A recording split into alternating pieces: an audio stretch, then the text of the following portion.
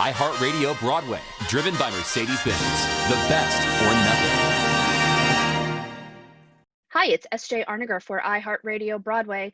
Last week, James Corden premiered Thanksgiving, the TikTok musical written by musical theater composer Dan Mertzloff. Today, we get the scoop on how the whole thing came together. Dan, welcome to iHeartRadio Broadway. Thank you so much for having me. I'm so excited to be on with you. This is also two things very strange. You and I have known each other literally forever.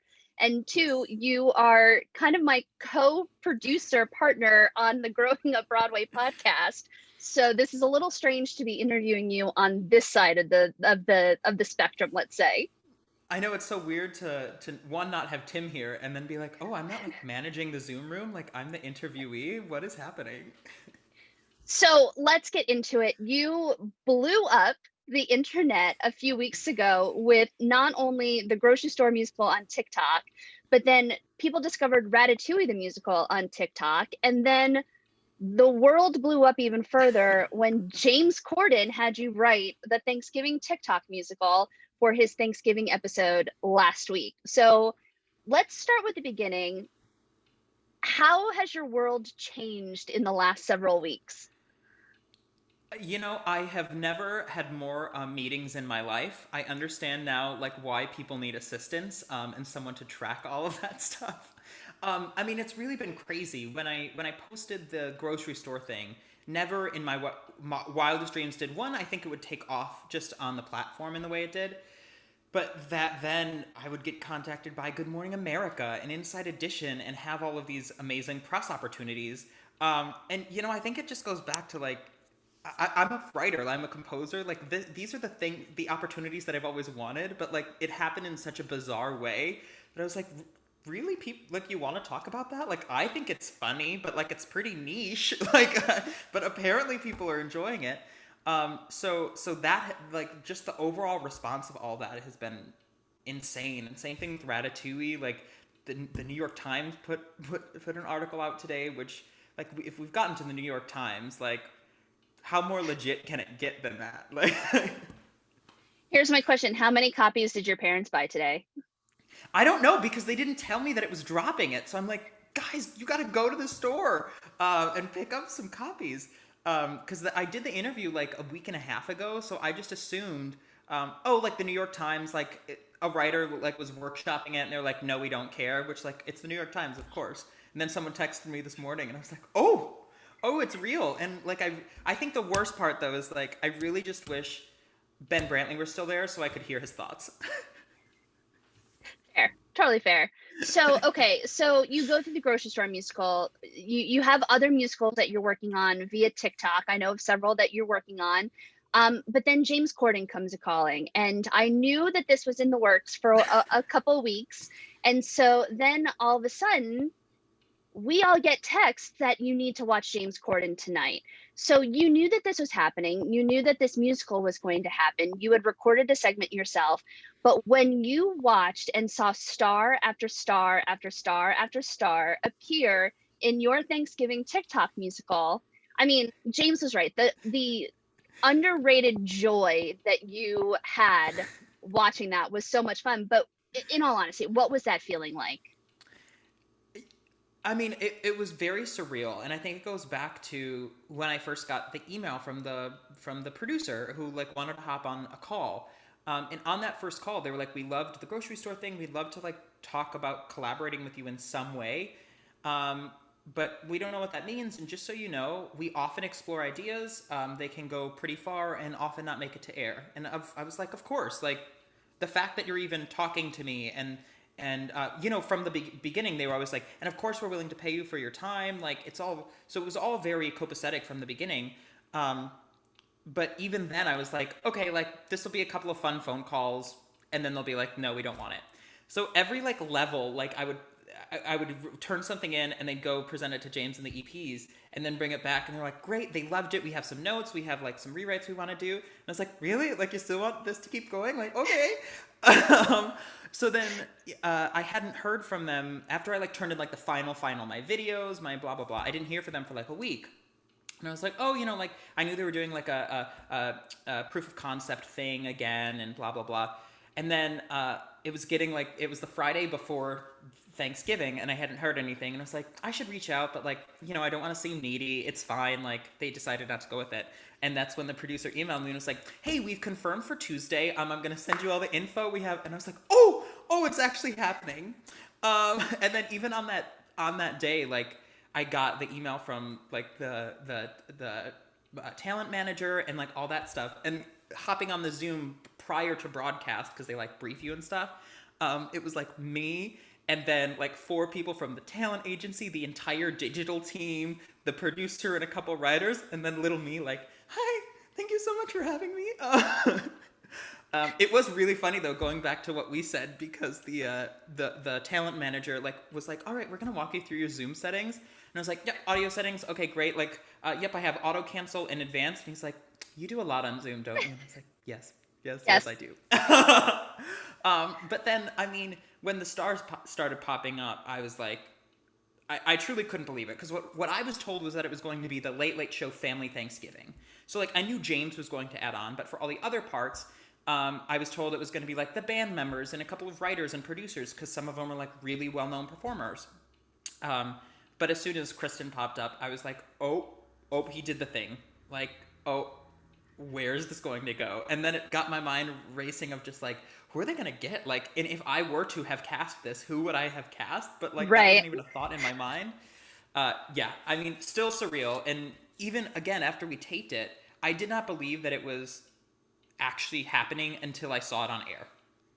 Well, and just, I was so amazed, because it was just one star after another, and they just kept getting bigger. But obviously, as the Broadway person, yes, they were all Broadway people. But when Patti LuPone shows up as Saucy Grandma, I was like, this is everything that Dan has ever dreamed of in his whole entire life. Like, this is pinnacle moment for Dan. Like, I don't know where it goes from here. Obviously, more to come. But literally, I was like, how do you go from this?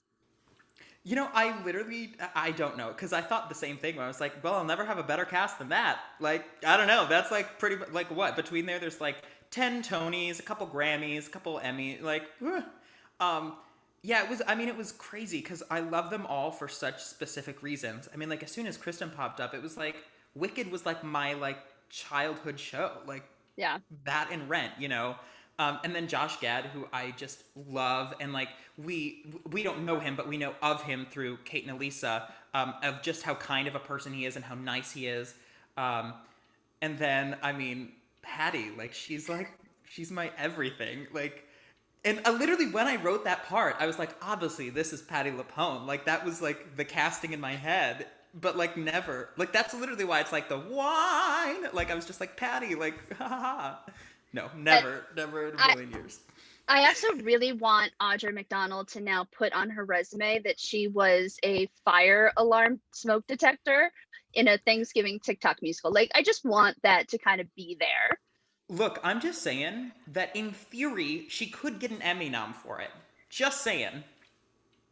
She could. For smoke alarm. Like, it is a possibility.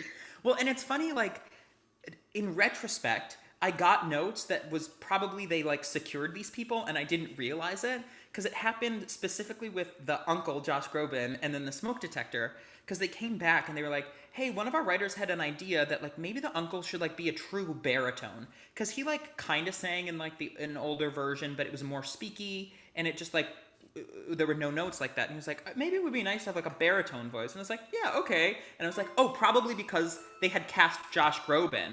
And then same thing with my clock.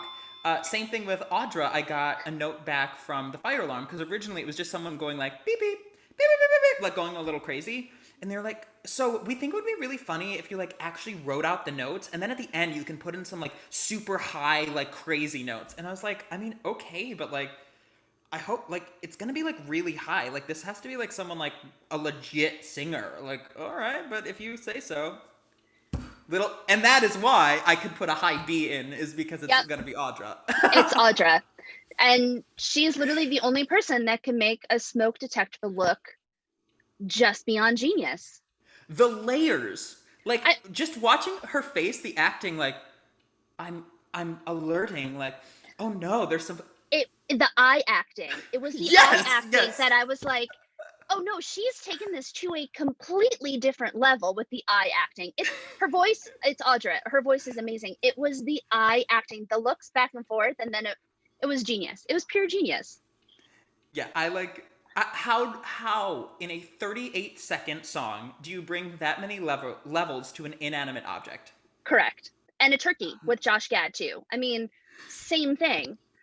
So right now that video has about 205,000 views, and that was just from last week. It's going to climb. You know it is, because it went viral very quickly after Well, the and show. it's over 2 million on Facebook, which is like There you go. insane. It's 205K on YouTube alone. So like I said, I don't think there's a person that deserves this more than you. I've known you since you were, to me, a baby.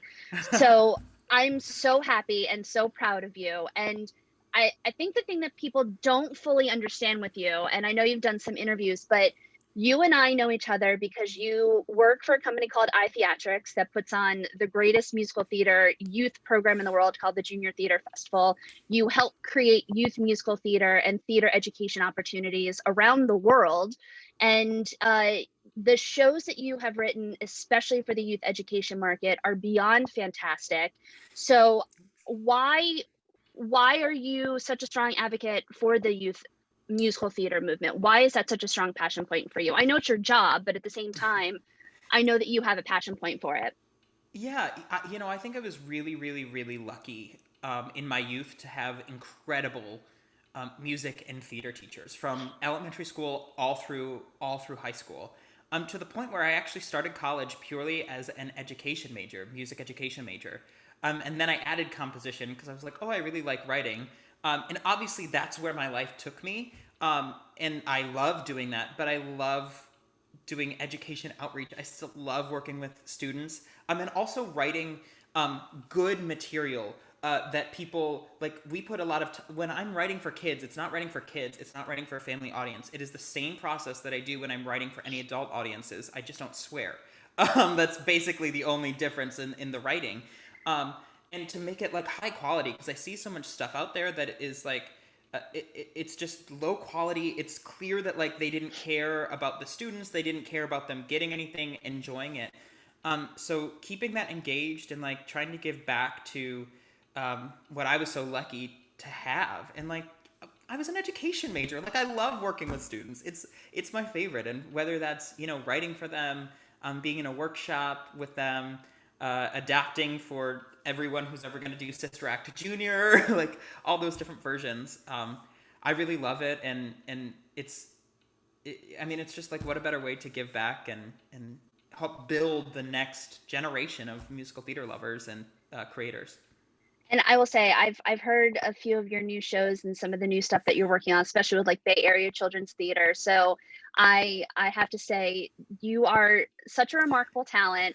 I know I've grown up teasing you unmercifully because I feel like I'm the big sister to the little brother, but you should be very proud of yourself with everything you've accomplished. And this past couple weeks has just solidified that. So congratulations for everything. Thank you, and thank you again for having me. I mean, again, it's just so funny to be on the other side of this, because it's like, SJ, we could just like grab a drink and chat, but well, I mean, we can do that next week. We also can do that after. But it's also just funny, like thinking about the James Corden stuff, because when we happened to run into you and you're like, "What's going on?" and I said that, and you like did not believe me, because it's absurd, like it really is, and here we are. Well, and the funny thing is, we did an interview with you just randomly. You were on the Growing Up Broadway podcast right after the whole grocery store musical blew up, and we were like, this is the weirdest thing to be known for, are your TikTok musicals, and then the James Corden thing, Ratatouille, then James Corden. It just kept snowballing. We're like, no, this is definitely like a thing. Yeah, I mean, and who knows what's going to happen from here. I'm in some talks of some very exciting ways to take the TikTok musical and bring it to the next level.